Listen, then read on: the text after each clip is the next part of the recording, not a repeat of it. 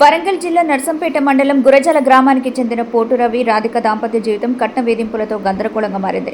వివాహం అనంతరం పాప జన్మించి కుటుంబ జీవితం సాఫీగా సాగినప్పటికీ అదనపు కట్నం కోసం వేధింపులు పెరగడంతో పరిస్థితి విషమించింది.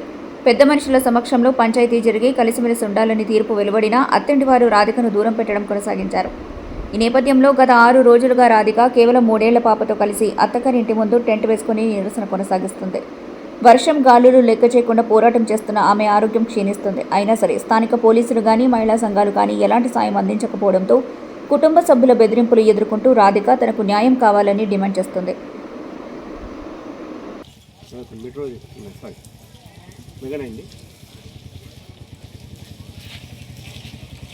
మా ఇద్దరికి నవంబర్ 25, 2021 మ్యారేజ్ జరిగిందని పెద్దలు కుదిర్చిన సంబంధం. మా నాన్నగారు నగదు 50 లక్షలు అండ్ బంగారం అండ్ అన్ని లాంఛనాలతో పెళ్లి చేశారండి. మేమిద్దరం బాగున్నాము. ఒక పాప కూడా పుట్టింది మాకు 1 year తర్వాత, December 2, 2022 తర్వాత కొన్ని డిస్టర్బెన్స్, ఫ్యామిలీ ఇంటర్ఫియరెన్సెస్ వల్ల ఆయన నన్ను దూరం పెట్టడం. లాస్ట్ ఇయర్ 2023లో November 12కి నన్ను ఇంట్లో వదిలేసి రావడం జరిగిందండి. అయినా పెద్దల సమక్షంలో ఎంతో కూర్చోపెట్టడానికి ట్రై చేశాము. డైరెక్ట్ వెళ్ళి డివోర్స్ చేశారు. ఇక్కడ పెద్దల సమక్షంలో వీళ్ళని వాళ్ళని పంచాయతీకి పెట్టడానికి కూడా చాలా సార్లు ప్రయత్నించాము. మొన్న కూడా ఒక పంచాయతీలో ఇద్దరిది ఒకటి అనుకున్నామండి, ఒక అంగీకార పత్రం రాసుకున్నాము. దాని ప్రకారంగా ఇద్దరం కలిసి పాపను చూసుకోవాలండి.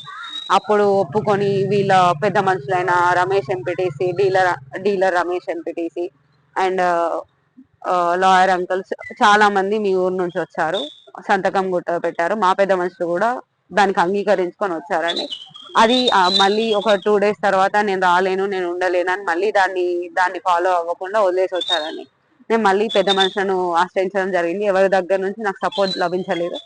ఇక ఇలా కాదు అని మొన్న శుక్రవారం వచ్చాను. పెద్ద మనిషిని సంప్రదిస్తే ఆయన వచ్చి అడిగితే మాకు అవసరం లేదు, మేము కోర్టు పోతాం, మాకు అవసరం లేదు, ఎవరేమైనా కానీ అని మా మామయ్య ఇలానే చెప్పాడు.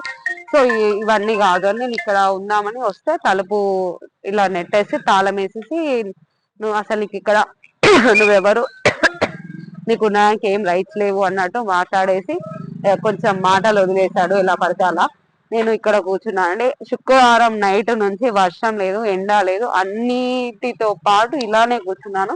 ఇప్పటి వరకు నాకు ఏ సపోర్ట్ లభించలేదండి, ఏ న్యాయం జరగలేదు.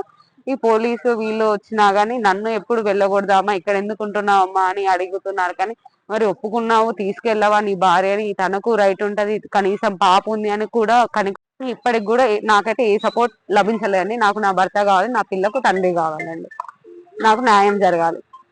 ఇలా వర్షంలో ఎండలో ఆల్మోస్ట్ తన పాప కూడా ఫీవర్ వచ్చింది వర్షానికి. సో న్యాయం చేస్తారని కోరుకుంటాను. మరిన్ని అప్డేట్స్ కోసం మా ఛానల్ని సబ్స్క్రైబ్ చేయండి.